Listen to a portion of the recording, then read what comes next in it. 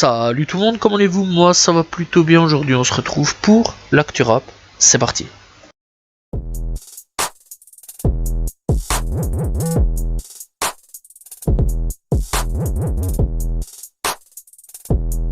On commence l'actu rap FR avec tout simplement Arsenic, puisque ils sont la nouvelle égérie de Lacoste.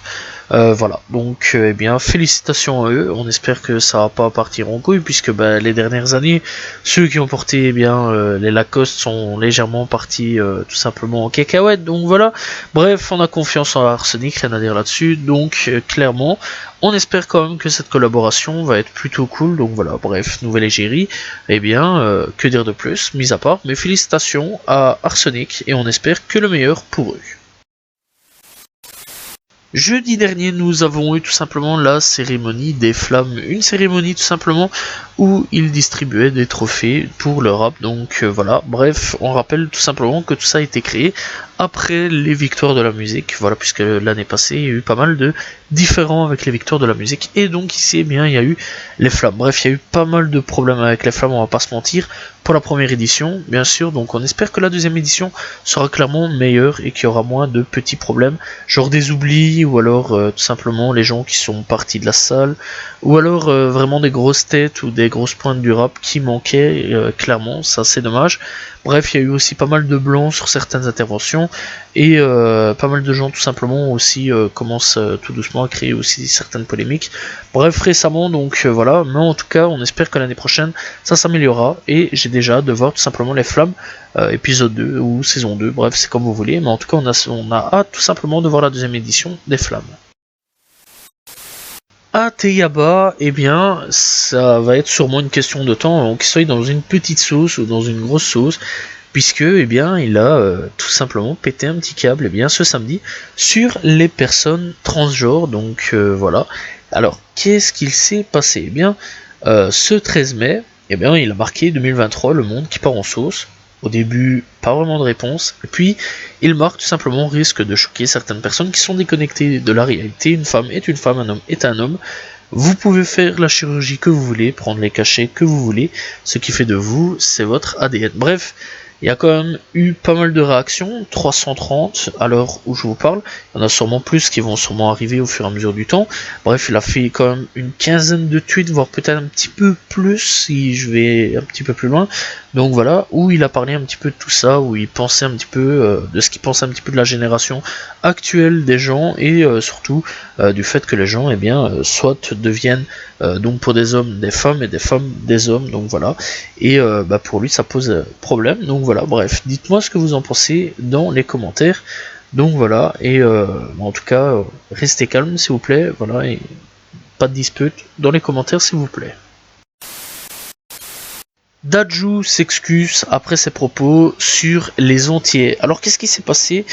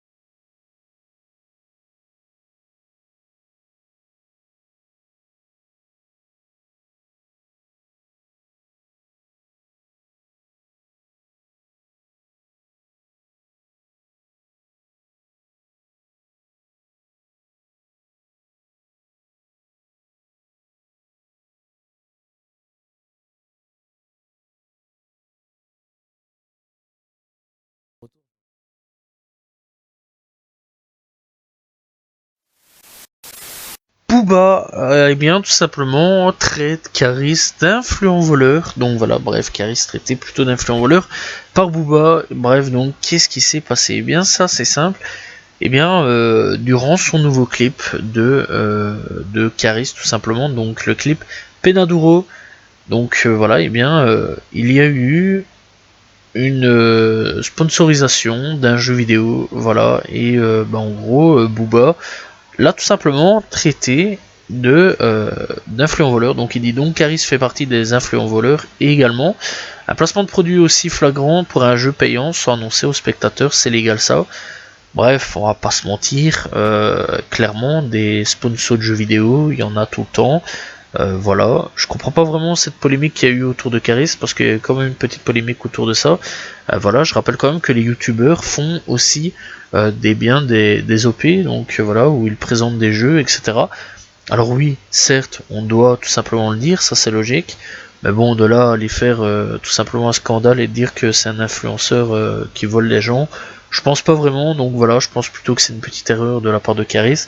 Mais bon, ça a quand même pas mal atterri sur Instagram, Twitter, etc. Il y a eu pas mal de grosses polémiques là-dessus. Donc voilà, mais clairement, je trouve pas vraiment que c'est vraiment un influent voleur, etc. Donc voilà, maintenant qu'on met des gens comme Magali Berda, etc., je comprends, voilà, c'est réel. Mais Caris, je trouve quand même qu'on exagère un petit peu le truc. Donc voilà, c'est vrai quand même qu'il y a eu une petite polémique.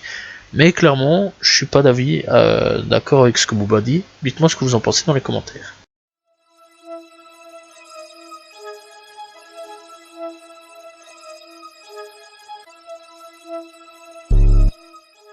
Tori Lanez tout simplement a supplié le juge de ne pas gâcher sa vie. Bref, donc Tori a parlé au juge avant qu'il ne soit monoté. Il lui a dit tout simplement: s'il vous plaît, ne gâchez pas ma vie, je pourrais être votre fils, je pourrais être votre frère, a déclaré Tori. Bref, il n'y a pas eu d'agitation. Un officier de police demandait à Lanez de se taire. Et donc Erin Ford n'a rien répondu et Lanez a été conduit hors de la salle d'audience sans incident. Donc voilà, bref, on rappelle quand même que il risque quand même 20 ans de prison pour avoir fait ce qu'il a fait. Donc il risque 22 ans de prison pour avoir tiré donc dans le pied de Megan Thee Stallion. Donc voilà, bref, lui il clame toujours son innocence derrière les barreaux. Il dit toujours qu'il n'a rien à voir là-dedans, voilà, que c'est un peu un coup monté.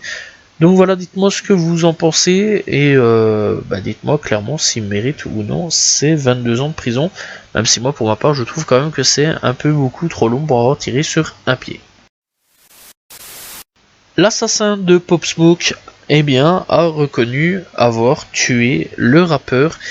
Il avait 15 ans au moment des faits et aujourd'hui il a tout simplement 18 ans si tout va bien. Donc voilà, si je calcule bien le truc. Donc voilà, bref, donc mineur au moment des faits, l'individu a été jugé devant le tribunal pour enfant et son identité n'a quant à lui pas été dévoilée.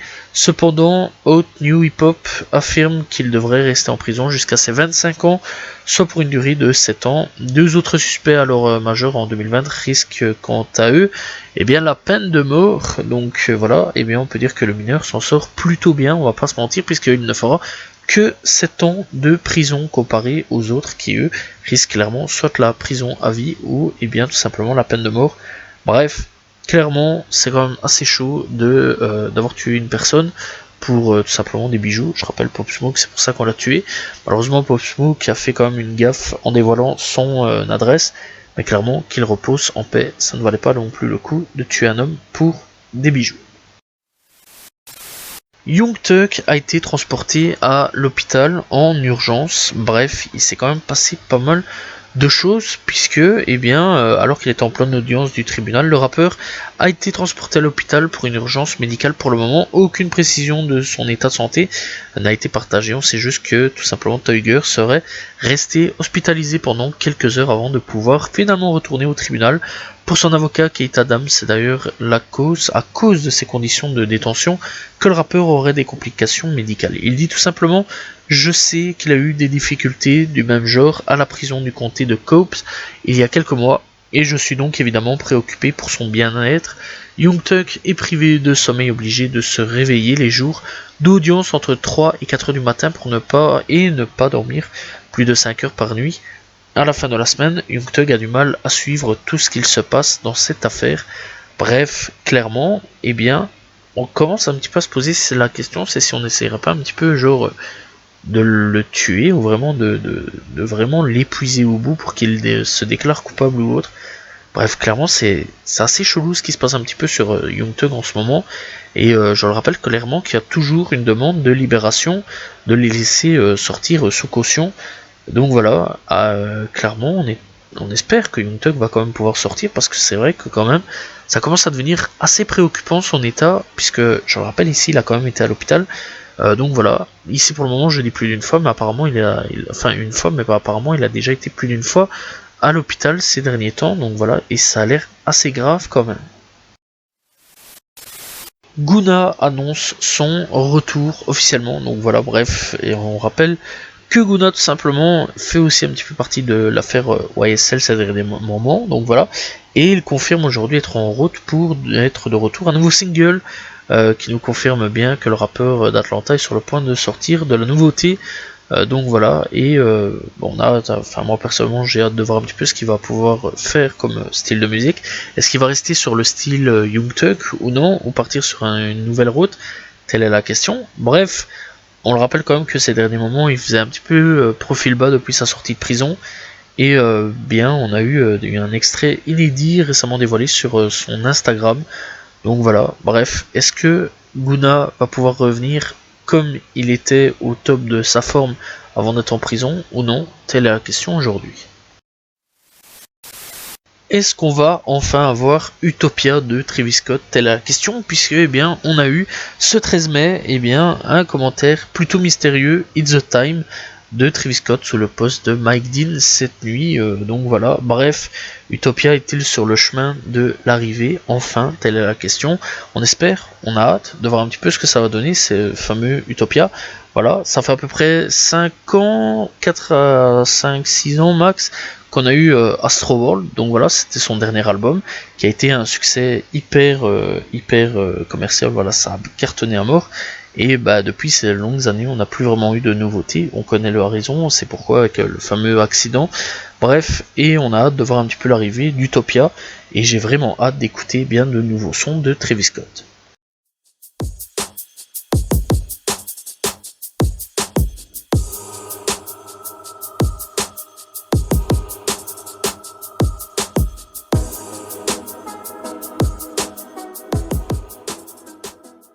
Coup de cœur de cette semaine, alors on n'en a pas beaucoup, j'ai pas eu trop le temps d'écouter de la musique ces derniers moments. Bref, on commence avec 1W Melly qui a eu un nouveau son donc du nom de Give Birth to a Millionaire. Bref, on a tout simplement aussi DaBaby qui a sorti Shake Some.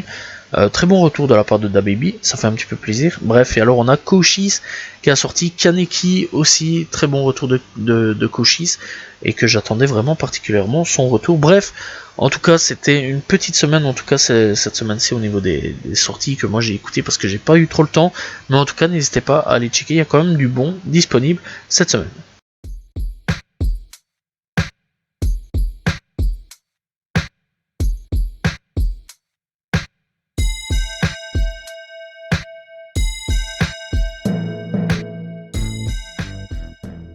Découverte du jour, on va parler tout simplement de Don Samy. Alors Don Samy, je l'ai découvert il y a un an d'ici avec Skiller Blatt sur Purple Slime Baby. Bref, il a déjà plusieurs sons à son actif et plusieurs clips aussi à son actif, tels que Back to Back. On a aussi tout simplement Late, on a tout simplement aussi Drunk Height. Bref, on a aussi plusieurs projets à son actif, tels que Drug Love. On a tout simplement album de mixtape.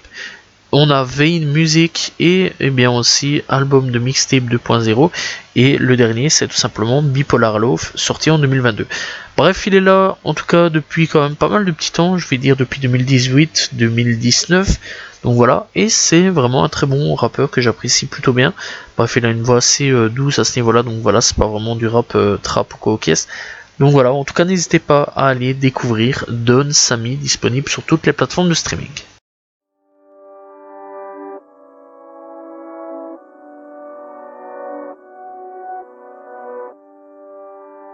Et nous sommes partis avec les projets de cette semaine. On a tout simplement Joker qui a sorti Melvin de Paris. Bref, on a Z qui a sorti 6VNT3. On a tout simplement L2B qui a sorti Plus comme avant. On a Furax Barbarossa qui a sorti Libérable. On a Soleil Noir qui a sorti Avant l'aube. On a Dime qui a sorti Pixel, on a tout simplement Paco qui a sorti Control. Technique, on a Let's Go qui ont sorti Let's Go. On a tout simplement vous tapez M Merlin, le follow de Paris. On a Vadek qui a sorti Du Temps. On a tout simplement Atek qui a sorti Nia. On a tout simplement Baek qui a sorti Minuit. On a Kon Auto plutôt, excusez-moi, qui ont sorti 988. On a tout simplement, Celesto qui ont sorti Indutulate Tape 2. On a tout simplement Jaeger qui a sorti Eren. On a tout simplement Nali qui a sorti Nemesis. On a Squid qui a sorti 1800 Happy Birthday. On a tout simplement Swaley qui a sorti Mawasame 2 Sheita. Voilà. Bref, on a tout simplement Helio qui a sorti Déception plutôt et Velours. On a le double qui a sorti Tragédie.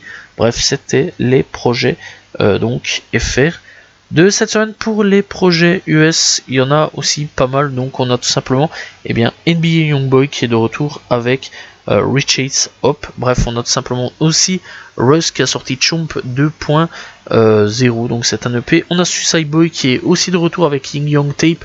Summer Season qui a déjà aussi sorti un projet la semaine passée aussi. Suicide Boy la semaine passée, la semaine avant. Bref, on a Powder Paper qui a sorti Real Back in the Style. On a simplement Chuck Strange qui a sorti The Boys et Girl. On a Aim BASF qui a sorti From the Cradle to the Game. On a simplement La Roussel qui a sorti Clarity. On a Dante Hitchcock qui a sorti Once Upon a Time. On a Carter Hayes qui a sorti No Facade démo. Donc voilà. On a Trevo et Pierre Bourne qui a sorti Chavo World 3. On a Badison, MC Ferrin qui a sorti Hope, I Hope et You Can't Forgive Me. On a donc Soulja Boy aussi qui a sorti Soulja Season. Donc voilà, bref, c'était donc les sorties US, donc rap US de cette semaine. N'hésitez pas à aller découvrir. Voilà, c'est la fin de l'actu rap. N'hésitez pas à vous abonner, liker, commenter, partager. On se retrouve la semaine prochaine pour un nouvel actu rap, demain pour une nouvelle vidéo. Salut tout le monde, ciao ciao.